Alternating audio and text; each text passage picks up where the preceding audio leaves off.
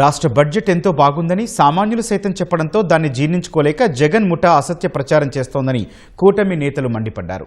స్వర్ణాంధ్ర 2047 లక్ష్యంగా ప్రతి వర్గానికి మేలు చేసేలా బడ్జెట్ ఉందని తెలిపారు. బడ్జెట్పై అవగాహన లేకుండా విమర్శలు చేసే వైసీపీ నేతలు బహిరంగ చర్చకు సిద్ధమా అని సవాల్ విసిరారు. 5 కోట్ల మంది ప్రజలకి ఒక మంచి భవిష్యత్తుకి పునాదులు వేసే విధంగా ఈ బడ్జెట్ ఉందనటంలో ఎటువంటి సందేహం లేదు.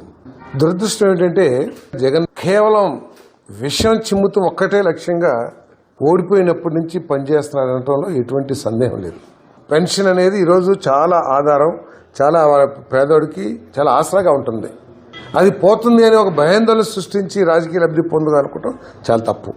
ఏదైతే అన్నదాత సుఖీభావం ఉందో, ఏదైతే ఎన్టీఆర్ భరోసా పెన్షన్లు ఉన్నాయో, ఏదైతే తల్లికి వందనం ఉన్నాయో ఎవరికి కూడా తీసివేయబడవు.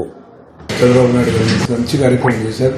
ఎస్సీ సంక్షేమం కోసం 20,000 కోట్ల రూపాయలు, ఎస్టీ సంక్షేమం కోసం 19,000 కోట్ల రూపాయలు, మైనార్టీస్ కోసం 6,000 కోట్ల రూపాయలు. మరి ఈ రకంగా కేటాయింపులు జరిగినాయంటే మీరు ఆలోచన లేదు. అది ఇది జనరంజకమైన బడ్జెట్, ప్రజా ఉపయోగకరమైన బడ్జెట్, ప్రజా అభివృద్ధి సంక్షేమ కార్యక్రమం బడ్జెట్. ఇన్ని మంచి కార్యక్రమాలు చేశారు కాబట్టి ప్రభుత్వాన్ని రుణపడిన అవసరం మనందరికీ.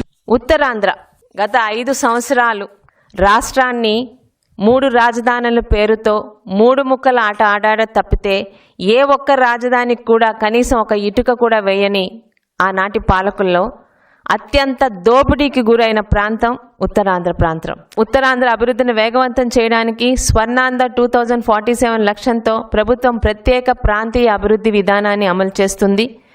ముఖ్యంగా రాష్ట్ర ఆర్థిక అభివృద్ధికి కీలక కేంద్రాలుగా విశాఖపట్నం, ఇటు అమరావతి, అటు తిరుపతి నగరాలని గ్రోత్ ఇంజన్లుగా గుర్తించి పెట్టుబడులు, మౌలిక వసతులు అభివృద్ధిపై దృష్టి పెట్టింది.